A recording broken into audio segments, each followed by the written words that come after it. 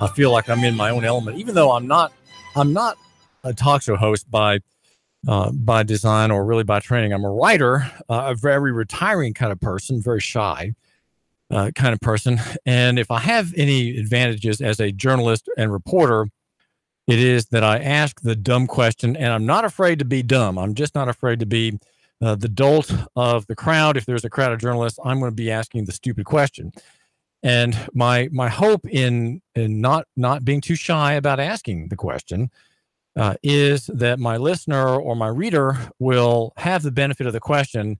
And often the answer itself is irrelevant. The answer that you get is just PR fodder. It's not really important. And what matters at that moment is that the right question be asked. The name, again, David Toulis here at 92.7. You report and the world decides. The number is 800-8949-800-8949. Now, I've been a skeptic for a long time about one area of public policy, and that is immunizations and vaccinations. I'm a vaccine-free kind of person. If I could only go back in time and undo things, I probably would. But my children, and of whom there are 4, are mostly not vaccinated. They're mostly free, healthy people. They've not been given shots that, for many others, bring deleterious, damaging, and even ruinous physical conditions, neurological conditions. And I believe that autism has its source in probably 2 things: bad food, factory food, and also vaccinations. And a third possibility for the growing strength of this bizarre condition in modern life and among our population, even here in East Ridge and Red Bank and Saudi Daisy and Chattanooga, I would like to suggest is the use of coal fly ash as a weather modifying material deposited in the sky routinely by the good people in Washington. But that's a bit more tenuous point to argue, perhaps, though I have gone to great lengths to put forth that case that skyscraping, as I call it, is you might say it's a kind of a state crime against the people, though it's going to take some time before the criminality of that activity can be established in a lawful court where the people responsible can be held to account. But we know that that's probably not going to happen in this life, and those who are responsible for ruinous injury of tens of thousands, maybe even millions of people, will have to wait until God gets them before the throne after they perish of natural causes, probably, and are to be held to account for their public deeds, right? Because those in public authority have much more responsibility before God on the last day when they stand before the judgment than private people, right? If you're a public person, whether a judge, a president, a lawmaker, or someone of police chief, you have a grave responsibility. You have a public responsibility, and the damage you do to others are, especially if it's done if you do something that's a mass system, like mass false arrests, right? Or as in Miami, there's a story out about how an officers in a small town framed black men for thefts. That they just framed them. That kind of thing. That's not just a crime, and that's not just a tort. That is a sin. And so when these men come before God's throne, all their high and pious prayers and good deeds and so on, when they're after they've retired, they've gone on to do some charitable labor for their churches and whatnot. If they have not repented of that public sin, they are going to be held to account for it in the next life. And we'll let God decide how exactly. But the whole idea of immunizations and vaccinations or should I say, is one that I've thought about, not so much lately as my children are. The youngest is 15, are mostly out of the house, and so I'm not thinking as closely as I used to think about these questions regarding immunization. The Time Free Press has a story today about this phenomenon, and we are to understand. I think it's on the top of Region page. We are to understand that you do not have a choice in public school but to be vaccinated. There is a required vaccination. These are called required vaccinations. And the way that story places it, you are denied the means of thinking about your options. The story effectively is a piece of state propaganda that tells you the establishment view there is no alternative, right? There are no alternative views to vaccination. It's just that if you're in public school, well, you've got to have vaccines. They are required. 800-8949, 800-8949. But the statute for the general statutes it's in Title 49 of the Education part of the Tennessee Code. And in Chapter 6, you go on down into the details. At Part 50, you have immunization of school children.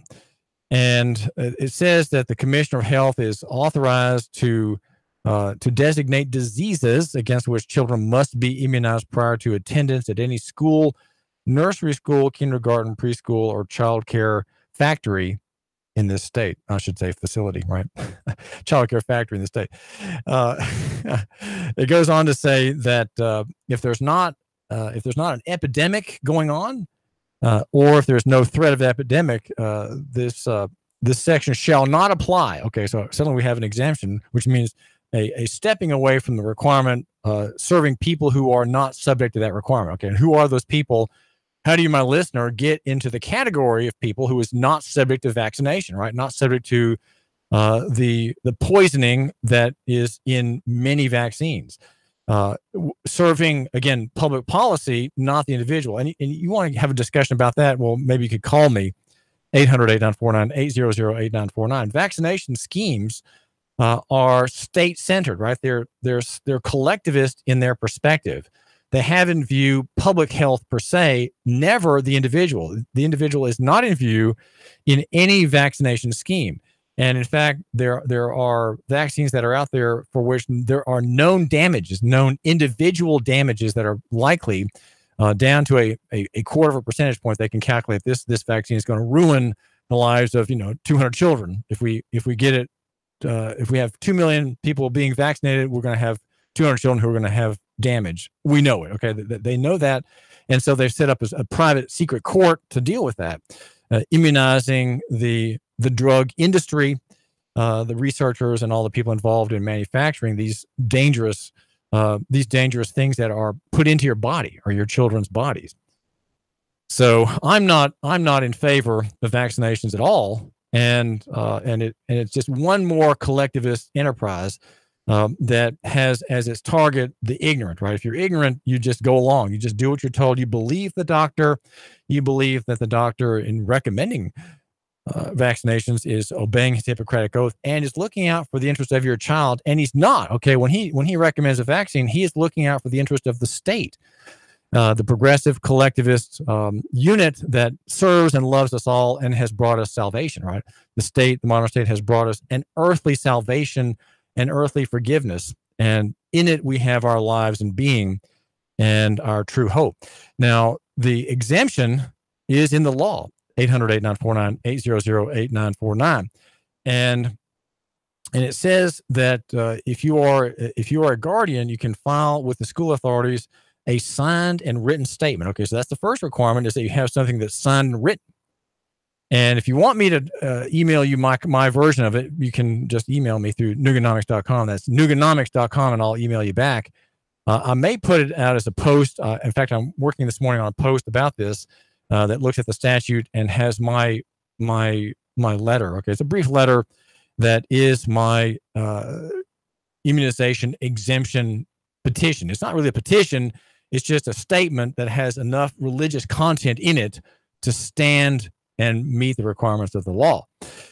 You get that? You get what I'm saying? Okay. 800-8949, 800-8949. So you have a statement that's signed. Okay, you put your name on it. It's written. Okay, you have to get some words from somebody or write them yourself.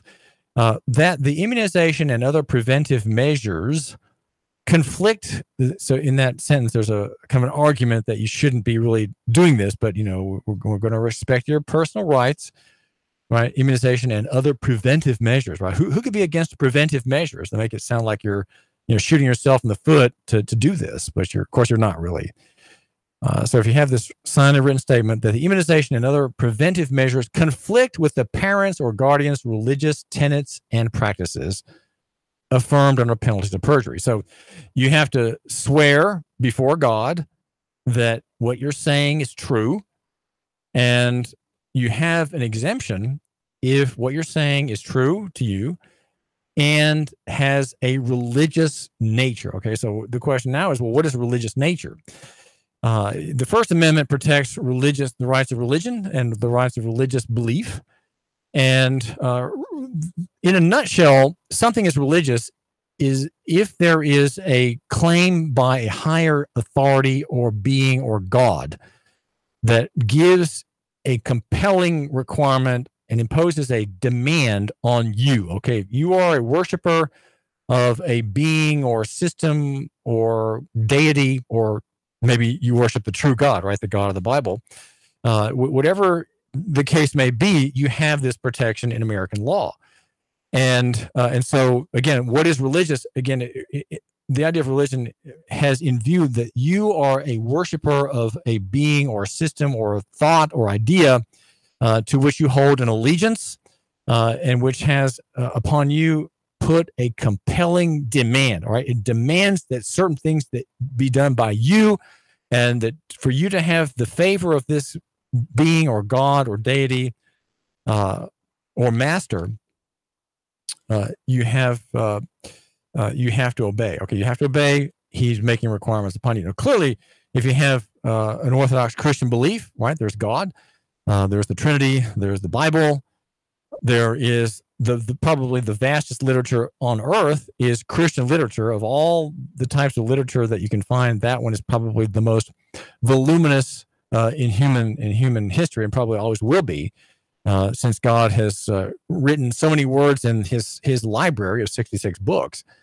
And writers are working to explore the meaning of his words as they have almost from the time of parchment and papyrus and ink, right? They've been explaining and arguing over the word of God. And in that word, that you have God binding you, right? If you're a Christian, God binds you to obedience with his words, and you have a duty to him, a personal obligation to him. And that's all called religious, okay? That's all in the law, a religious obligation that binds you. And so if you make this statement and give it to the teacher or the bureaucrat at Hamilton County Schools, you will be protected from the requirement that affects everybody else. If you don't have, now, are there other kinds of arguments that one can make that are not accepted? Well, yes, that would be philosophical or personal. You could have an economic analysis of why you don't want to be involved in that. You have a free choice argument. I personally do not like immunizations. I believe they're wrong. I believe they're bad for you. But that's not protected, okay? That's a personal argument, a philosophical preference. It's not protected. Okay, got that? That's not protected. But religious is protected. So again, and that's because our constitutional system has an exemption, a protection, an immunity, if you will, for religion. And so whatever your religious beliefs are, again, it could be Hindu, Muslim, it could be Mormon, it could be Christian. If it's religious, you are able to make a statement and be exempt, and you do it under penalties of perjury. So in other words, your statement has to be true, right? Your deity is being invoked here by that part of the statute that makes you invoke his name, that what you're saying about his claim upon you to obey him is true, right? It is true. What I've done is draft a statement that has it says so-and-so of Saudi Daisy, Tennessee, County of Hamilton is current with his immunizations insofar as mom and dad determine.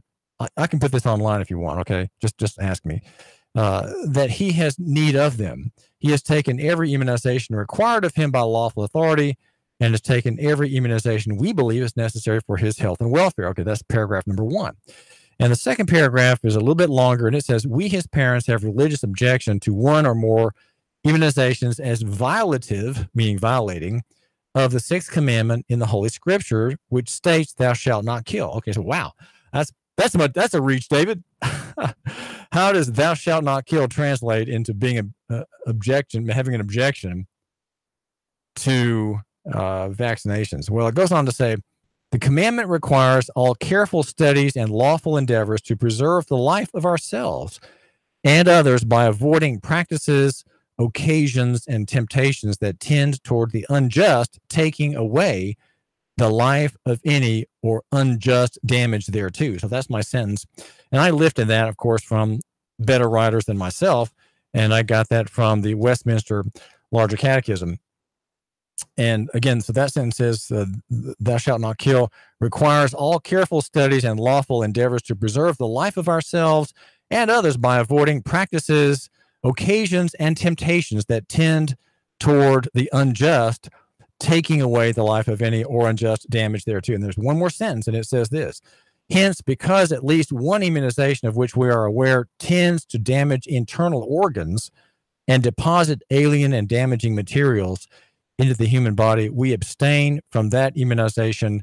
And then it goes on to say, and all others, and all others we believe are like it. David Tulis, father. So that's the one I've used a couple times already among my children. I have 4 children, and they are all very different kind of people. They're homeschool kids, and I'd say they're blessed of God and living out their lives apart from their parents. I've got one child at home still, but that's what I would use if I were involved in a public school and I did not want to have a vaccination. Now, you say, well, suddenly, that doesn't that mean if your child's not vaccinated that you're putting other children in, making them vulnerable because your child may be carrying some hideous disease and passing it along? Well, I think from what I'm remembering now that people with vaccinations are the ones who are the worst carriers. They're the ones more likely to spread disease than vaccine-free, healthy children. And this is David Tulis. The number is 800-8949, 800-8949. Call me if you want to get on the show. Do you have a problem that I can discuss with you? I really like to be here solving problems for people who are looking at their liberties and trying to be prosperous. We are recommending today a very fun volume called Practicing the King's Economy. And I have a copy here in front of our YouTube camera. If you are the owner of a late model television set, it has a YouTube channel. You can watch the David Tulis Show, Marie Mott. You can watch our sports shows on YouTube as well. Just come at the right time. It's live there on your TV. We are in your living room on your TV. David Tulis at Nougat Radio 92.7 FM. You report and the world decides. And we're also on Facebook, which is part of the growing system of regulation and censorship, which we're doing our best to avoid encounters with these good people at the gigantic search engines and the gigantic social media platforms. And I'm running into I'm trying to boost stories, and I'm told that my ad is disapproved, and it's happening a lot more frequently. So maybe you, my listener, and I can find an alternative to FB as we are looking for free markets and a free exchange of ideas. And I really am all about the free exchange of ideas. You may disagree with me, and there are trolls who disagree with me who are on Facebook, the same ones who make the same comments repeatedly. But I'll deal with them, and maybe you, my listener, if you have something that is an objection, well, certainly. Let us hear from you. There is another listener. Let him hear about what you've got to say, and let me hear as well. And maybe we can clear it up. Or maybe if we just can't solve the problem or answer the question, that's important, right? If I can't answer a question that you have, that's important that we all wonder now what the answer is, right? If David Tulis doesn't have the answer, the so-called smartest guy with a bow tie in Chattanooga, well, maybe the question really is a good question. And maybe the listener has one on me, right? If you have a question that's so good that I can't answer, that maybe not that day, maybe not even the next day, then that is important. And we need to keep, as Marie Mott says on her great show tomorrow at 11, let's chop it up. Let's have the dialogue going. In the Larger Catechism, there's a discussion about thou shalt not kill. And the protection for immunities, the protection of your children against the vaccination damage threat, I would say would fall into that commandment. It makes what? You mean to say that it's over today? No way. I'm going to complain to management. Management, this is not going to work. I have just 2 hours to This is not going to work for me at all. I need to have more time. The number is 800-894. David Toulis, Nuga Radio 927. Brought to you by Nuganomics.com. That's Nuganomics.com. And I really appreciate your time today. And we've got some wonderful, wonderful sponsors here. David Toulis. 3, 2, 1. Chatter, Nuga Radio, Digital FM 95.3 HD4, 92.7 FM.